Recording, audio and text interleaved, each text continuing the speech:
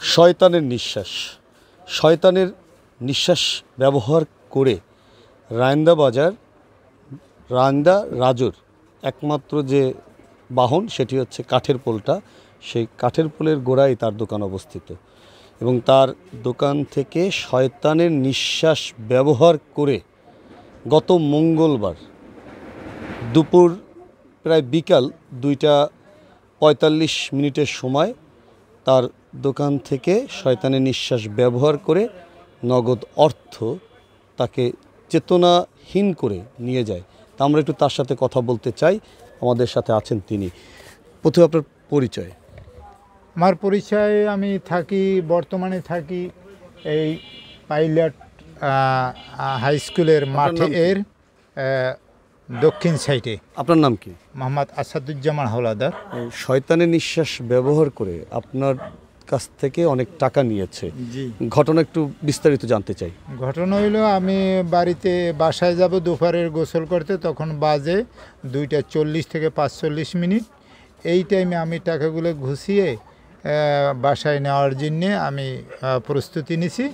এই মুহূর্তে এক লোক আমার এমন টাইমে এমনভাবে আসছে আমার কাছে আমি তাকে টের না পাই।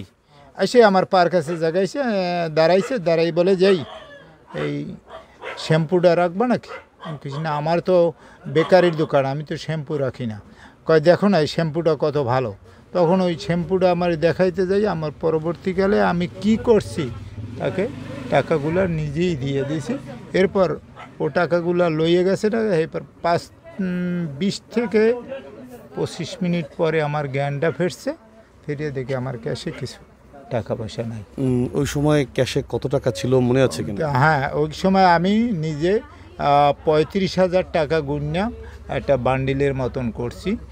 1,000 টাকার নোট, 500 টাকার নোট আর 200 টাকার নোট আর 100 টাকা 50 টাকার নোট, ওগুলা ক্যাশে রাখার জন্য রেখে দিয়েছি। ওগুলো আমি গুনি নেই।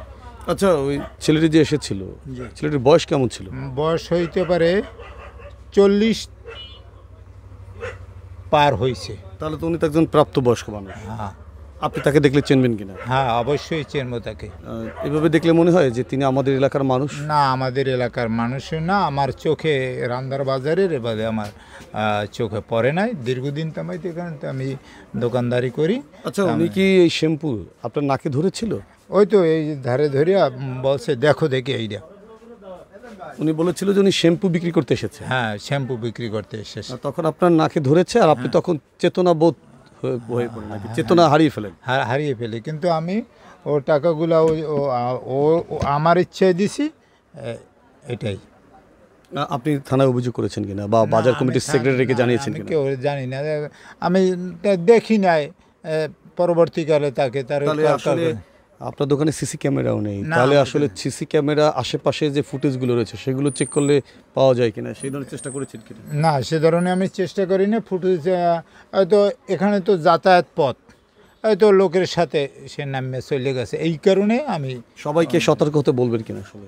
হ্যাঁ, সবাইকে এ ধরনের সতর্ক করতে পারি। এভাবে এই ঈদের যুগে এভাবে লোক নামিয়া প্রতারণা করে সবাইকে। এই জন্য আমি সবাইকে, দোকানদারকে বিশেষ করিয়া সতর্ক থাকতে। এরপরে সিসি ক্যামেরা লাগাবেন কিনা দোকানে? হ্যাঁ, আমি এরপরে সিসি ক্যামেরা লাগানোর জন্য আমি চেষ্টা করব। আপনারা শুনলেন এই বয়োজ্যেষ্ঠ মানুষের 35,000 টাকা, যে 35,000 টাকা তার কাছে অনেক বড় একটি সম্বল। সেই টাকাটি শয়তানের নিঃশ্বাস ব্যবহার করে তার কাছ থেকে একটি শ্যাম্পু কিনতে এসে শ্যাম্পুটি তার নাকে ধরে এরপরে তখন তিনি তার জ্ঞান হারিয়ে ফেলেন, মানে চেতনাবোধ হারিয়ে ফেলেন। এরপরে যা বলেন ওই লোক তখন তিনি তাই করেন। এবং আপনারা সতর্ক থাকবেন এবং এই ধরনের কোনো মানুষকে আপনারা যদি দেখতে পান যে শ্যাম্পু বিক্রি করতে এসেছে, আপনাকে নাকে ধরতে বলছে, তাৎক্ষণিক আপনারা তাকে ধরে ফেলবেন, ধরে আপনারা আইনের হাতে তুলে দেবেন। বিদায় নিচ্ছি, ভালো থাকবেন, সতর্ক থাকবেন। কমিউনিটি